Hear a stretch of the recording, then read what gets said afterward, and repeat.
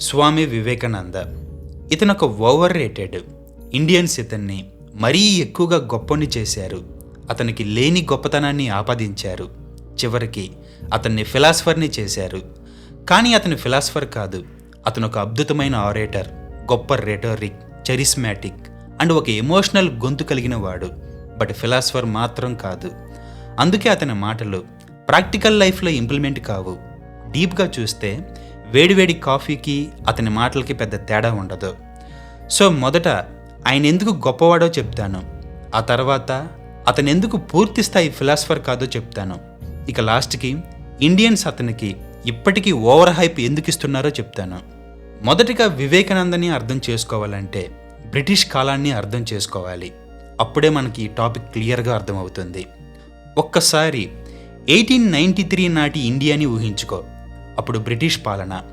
భారతీయులు మన గురించి మనమే తక్కువగా ఫీల్ అవుతున్న కాలం అది. ఒక తెల్లోడు పదే పదే చెప్తున్నాడు, మీ మతం పాతది, మీ కల్చర్ బ్యాక్వర్డ్, మీకు సివిలైజేషన్ నేర్పించడానికే మేము వచ్చామని ఒక వైట్ మ్యాన్ పదే పదే చెప్తున్నాడు. స్లోగా ఇండియన్స్ కూడా అది నిజమే అని నమ్ముతున్నారు.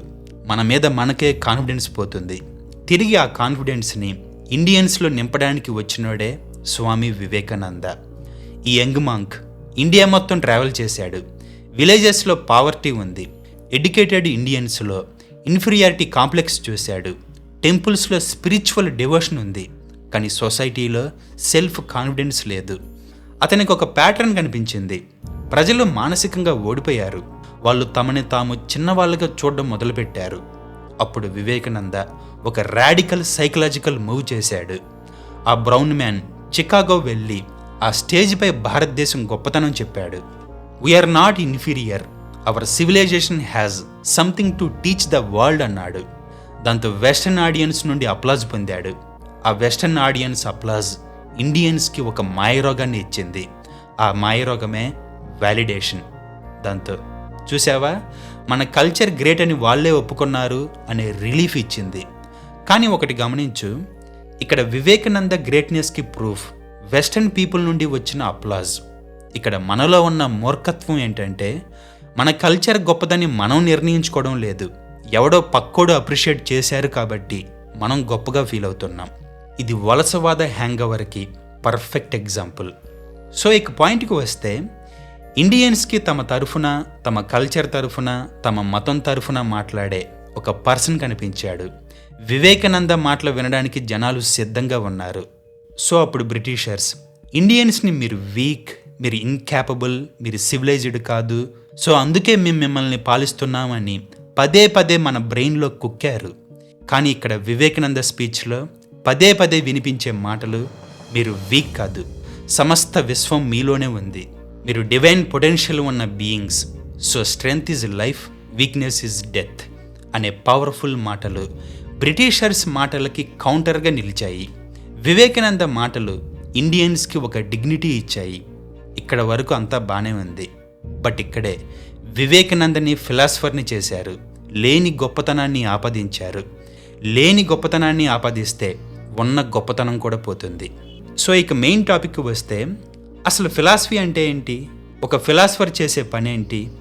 ఒక ఫండమెంటల్ ప్రాబ్లం తీసుకొని దాన్ని అన్ని కోణాల నుండి ఇంట్రాగేట్ చేసి, దాంతో కాంట్రడిక్షన్ ఉంటే దాన్ని అక్నాలెడ్జ్ చేసి, ఆ తర్వాత ఒక స్థిరమైన హేతుబద్ధమైన ఫ్రేమ్వర్క్ని నిర్మించడం. ఇదే ఫిలాసఫర్ చేసే పని. ఈ పని బుద్ధుడు చేశాడు, నాగార్జునుడు చేశాడు, ఇమాన్యుయల్ కాంట్ చేశాడు. కానీ వివేకానంద ఏం చేశాడు? అతను వేదాంతమును, ముఖ్యంగా అద్వైతమును తీసుకొని దాన్ని వెస్టర్న్ ఆడియన్స్కి అర్థమయ్యే ఎమోషనల్ ప్యాకేజింగ్లో డెలివరీ చేశాడు. బట్ ఆ ప్యాకేజింగ్ బ్రిలియంట్గా ఉంది, ఆ డెలివరీ అద్భుతంగా ఉంది. కానీ ఒక ప్యాకేజింగ్ని ఫిలాసఫీ అనడం మూర్ఖత్వం. అది ఎలా ఉందంటే, ఒక రీటైలర్ని మ్యానుఫ్యాక్చరర్ అనడంలా ఉంది. వేదాంత అనే ప్రొడక్ట్ని శంకరాచార్య తయారు చేశాడు, తర్వాత గౌడపాద డిజైన్ చేశాడు, చివరికి వివేకానంద దాన్ని చికాగోకి ఎక్స్పోర్ట్ చేశాడు. ఇక్కడ ఎక్స్పోర్ట్ చేయడం స్కిల్, అది గ్రేట్ స్కిల్, కానీ అది ఫిలాసఫీ కాదు. పైగా అతను చెప్పిన మాటలు ప్రాక్టికల్గా ఇంప్లిమెంట్ అవ్వవు. ఎందుకంటే వివేకానంద కోర్ మెసేజ్ ఏంటంటే, భయపడకు, లేచి నిలబడు, నువ్వు దైవాంశ సంభూతుడివి. ఇక్కడ ఆయన ఉద్దేశం ఏంటంటే, నీ లోపల ఉన్న దైవత్వాన్ని రియలైజ్ చేసుకో, అప్పుడు నీకు ఎక్కలేని శక్తి వస్తుంది. ఇది విన్నప్పుడు చాలా బ్యూటిఫుల్గా, మోటివేషనల్గా అనిపిస్తుంది. కానీ ఒక్కసారి ఆ వాక్యాన్ని ఇంప్లిమెంట్ చేయడానికి ప్రయత్నించి చూడు. నేను డివైన్ని అని రియలైజ్ చేసుకోవడం అంటే ఎగ్జాక్ట్గా ఏంటి? ఆ రియలైజేషన్ వచ్చిన తర్వాత నా బిహేవియర్ ఎలా మారాలి? ఒక పక్క నువ్వు పేదరికంతో, ఆకలితో చస్తుంటే, నీ బాస్ నిన్ను అవమానిస్తుంటే, నీ పార్ట్నర్ నిన్ను చీట్ చేస్తే, నీ కంట్రీలో సిస్టమిక్ కరప్షన్ జరుగుతుంటే, నేను దైవత్వాన్ని అనే అవేర్నెస్ వీటిని ఎలా సాల్వ్ చేస్తుంది? ఇక్కడే వివేకానంద ఫిలాసఫీ ఒక వాక్యం దగ్గర ఆగిపోయింది. ఆయన మాటలు ఇంప్లిమెంటేషన్ మాన్యువల్ ఇవ్వదు. దానికి కారణం ఏంటంటే అతను ఆ లెవెల్లో ఆలోచించలేదు. అతను జనాల్ని ఆ పరిస్థితులకు తగ్గట్టు ఇన్స్పైర్ చేయడానికి మాత్రమే మాట్లాడాడు, ఇన్స్ట్రక్ట్ చేయడానికి కాదు. ఇన్స్పిరేషన్ని ఫిలాసఫీ అని రుద్దడమే ఇండియన్స్ చేసిన అతిపెద్ద తప్పు, ఇప్పటికీ చేస్తున్న తప్పు. ఇప్పుడు ఒక బెస్ట్ కంపారిజన్ చూడు. కార్ల్ మార్క్స్ ఏం చెప్పాడు? ప్రపంచ కార్మికుల్లారా ఏకం కండి, పోరాడితే పోయేదేమీ లేదు, ఎదవ బానిస సంఖ్యల్లో తప్ప అన్నాడు. ఇక్కడ మీరు గమనిస్తే మార్క్స్ చెప్పిన మాటలు వినడానికి ఇన్స్పిరేషనల్గా ఉంటుంది.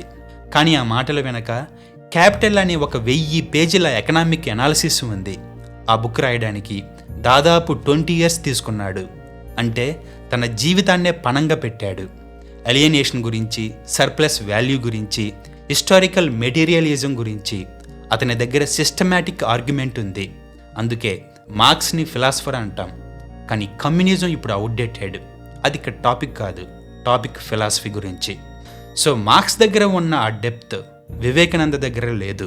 అతను ఎంతసేపు లేచి నిలబడు, మేల్కో అన్నాడు. కానీ నువ్వు ఎందుకు పడిపోయావు? ఏ స్ట్రక్చరల్ ఫోర్స్ నిన్ను పడేసింది? ఆ ఫోర్స్ని నువ్వు ఎలా కౌంటర్ చేయాలి అని పూర్తి స్థాయిగా అనలైజ్ చేయలేదు. అందుకే వివేకానంద స్పీచెస్ చదివిన తర్వాత వేడివేడి కాఫీ తాగిన ఫీలింగ్ వస్తుంది, ఏదో చేయాలి అనే మోటివేషన్ వస్తుంది. ఆ తర్వాత మోటివేషన్ ఆవిరవుతుంది. బట్ ఒక నిజమైన ఫిలాసఫీ ఇలా చెయ్యొద్దు. ఆల్బర్ట్ క్యామును చదివిన తర్వాత నీకు ఉన్న మైండ్ పోతుంది, నీ పీస్కి కన్నం పడుతుంది, ఒక రెస్ట్లెస్నెస్ వస్తుంది. దాంతో నీకు నువ్వుగా నీ జీవితపు అజంప్షన్స్ని క్వశ్చన్ చేసుకుంటావు. అలాగే బుద్ధుని చదివిన తర్వాత బాధకి అర్థం తెలుస్తుంది, కోరికలకి మూలం తెలుస్తుంది. సేమ్ జిడ్డు కృష్ణమూర్తిని చదివిన తర్వాత నీ కండిషనింగ్ స్వయంగా క్వశ్చన్లోకి వస్తుంది. అది ట్రాన్స్ఫర్మేషన్, తాత్కాలిక స్టిమ్యులేషన్ కాదు. కానీ వివేకానంద నీకేమిస్తాడు? నువ్వు గ్రేట్, ఇండియా గ్రేట్, వేదాంత గ్రేట్ అనే కన్ఫర్మేషన్ ఇస్తాడు. కన్ఫర్మేషన్ చాలా మధురంగా ఉంటుంది. బట్ అది నిన్ను ఎదగనివ్వదు, నిన్ను క్వశ్చన్ చేయనివ్వదు. అది నిన్ను కంఫర్ట్లో పడేస్తుంది. గుర్తుపెట్టుకో, ఫిలాసఫీలో నరకం ఉండొచ్చు, బట్ గ్రోత్ ఉంటుంది. కానీ కంఫర్ట్లో సుఖం ఉంటుంది, బట్ గ్రోత్ ఎప్పటికీ ఉండదు. అండ్ ఇంకో విషయం ఏంటంటే, వివేకానంద ఓవర్ రేట్ అవడానికి కారణం అతను చాలా చిన్న వయసులోనే చనిపోవడం. ఇది అతన్ని ఒక లెజెండ్ చేసింది. అతను చాలా కాలం బ్రతికి ఉంటే అతని ఐడియాస్ డెవలప్ అయ్యాయి, కాంట్రడిక్షన్లు సర్ఫేస్ అయ్యేవి, అతను క్రిటిసైజ్ చేయబడేవాడు. కానీ అర్లీ డెత్ అతనికి ఒక విగ్రహాన్ని తెచ్చి పర్ఫెక్ట్ ఐకాన్గా చేసింది. గుర్తుపెట్టుకో, 99% ఇండియన్స్ ఐకాన్స్ని పూజిస్తారు, మోకరిల్లుతారు, బట్ అనలైజ్ చేయరు. అది మన ఇంటెలెక్చువల్ కల్చర్ యొక్క ఫెయిల్యూర్. చివరిగా చెప్పేది ఏంటంటే, వివేకానంద వర్త్లెస్ అని నేను చెప్పలేదు, చెప్పను కూడా. కానీ ఒక ఫిలాసఫర్ మాత్రం కాదు. 19వ శతాబ్దపు కోలనైజ్డ్ ఇండియాకి అతను ఒక సైకలాజికల్ కవచం ఇచ్చాడు. అది వాల్యుబుల్ బట్ లిమిటెడ్. 21st సెంచరీలో బ్రతుకుతున్న ఇండియన్కి ఆ కవచం సరిపోదు. మనకి ఇప్పుడు కావాల్సింది systematic critical thinking, structural analysis, uncomfortable క్వశ్చన్స్ని ఫేస్ చేసే కెపాసిటీ. దీనికి వివేకానంద సరిపోడు. లేచి నిలబడు, మేలుకో అన్న స్లోగన్ ఒక అలారం క్లాక్ చేసే పని. అలారం క్లాక్ వాల్యుబుల్, కానీ నీకు అది ఎక్కడికి వెళ్ళాలో, ఎలా వెళ్ళాలో, ఎందుకు వెళ్ళాలో చెప్పదు. వివేకానంద గడిచిన చరిత్రలో ఒక అవసరమైన అలారం క్లాక్, కానీ జీపీఎస్ కాదు. ఇండియన్స్ తమ అలారం క్లాక్ని జీపీఎస్ అనుకుని మిస్టేక్ చేశారు. అందుకే వివేకానంద ఓవర్ రేటెడ్ అయ్యాడు.